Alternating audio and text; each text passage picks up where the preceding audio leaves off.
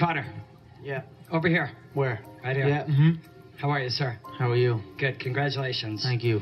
I was asking you on Thursday about his right hand. Yeah. Can I tell you what you told me? I said his right hand would get him into trouble. It's the shot I predicted. I said he'd overload on his right hand. I said I'd slip. I said I'd bang the left hook.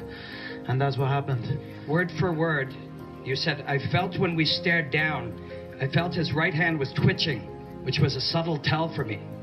He is ready to unload that right hand, and I feel that could be a downfall for him. If he lets that right hand go, I will not be there. I simply enter the way I enter, and that is enough. They either overextend or they shrink away, but either way it is not good for them. I will create traps and dead space inside that octagon, and I will walk him into that dead space, but all of a sudden he will be in danger. How do you do that? How do you predict these? If you can see it here, and you have the courage enough to speak it, it will happen. So I see these shots, I see these sequences, and I don't shy away from them. A lot of times people believe in certain things, but they keep to themselves. They don't put it out there. If you truly believe in it, if you become vocal with it, you are creating that law of attraction, and it will become reality. I knew he would overextend, and I knew I'd catch him. So I stick back to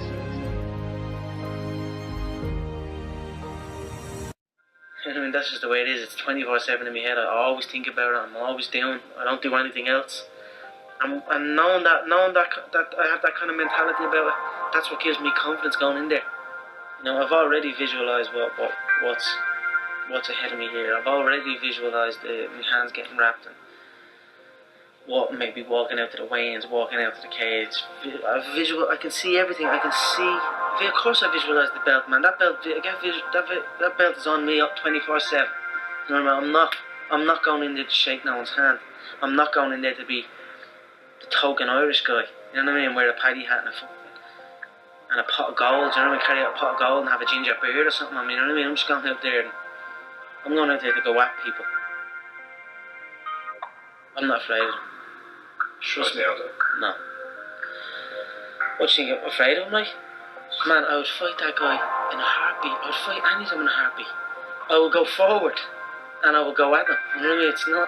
It's a fight at the end. It doesn't matter who. There is no opponent. There's no Jose Aldo. Who the f is Jose Aldo? There's no one. You're against yourself. You know what I mean? You're against yourself. And I just feel like I'm able to beat myself. You know what I mean? I can beat me mind. Do you know what I'm trying to say? I believe in myself so much that nothing is going to stop me.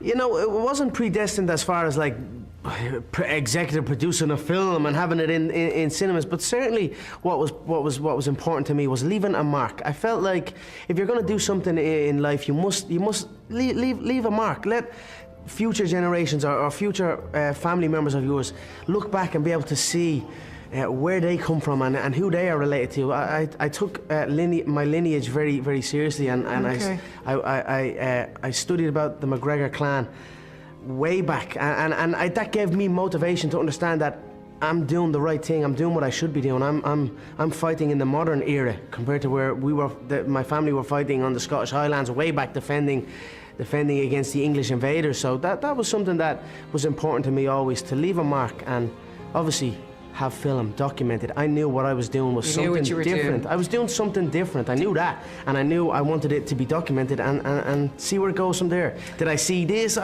You don't know. I don't know. I saw something. I had some sort of vision, and thankfully, as I grew older, it formed before me.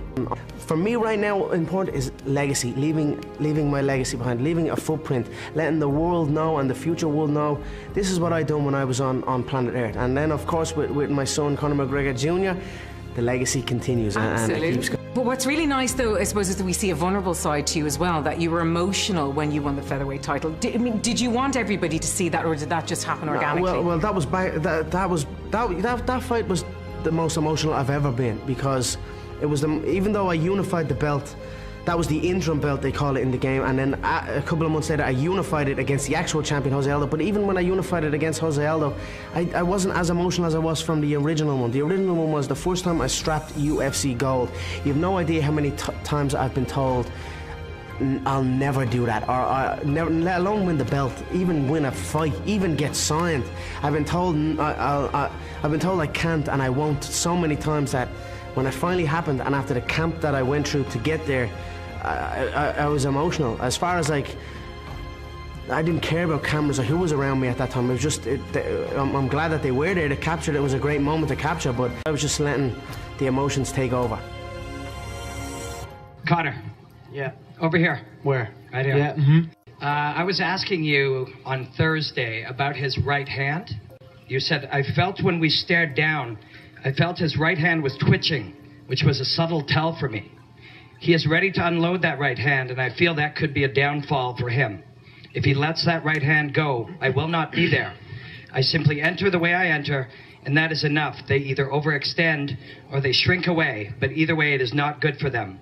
I will create traps and dead space inside that octagon, and I will walk him into that dead space, but all of a sudden he will be in danger. How do you do that?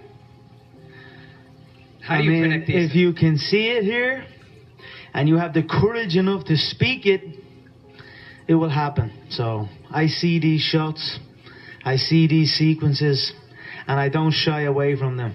A lot of times people believe in certain things, but they keep to themselves. They don't put it out there.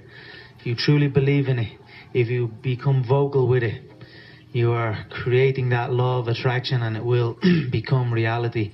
I knew he would overextend, and I knew I'd catch him. So Mystic Mac strikes again.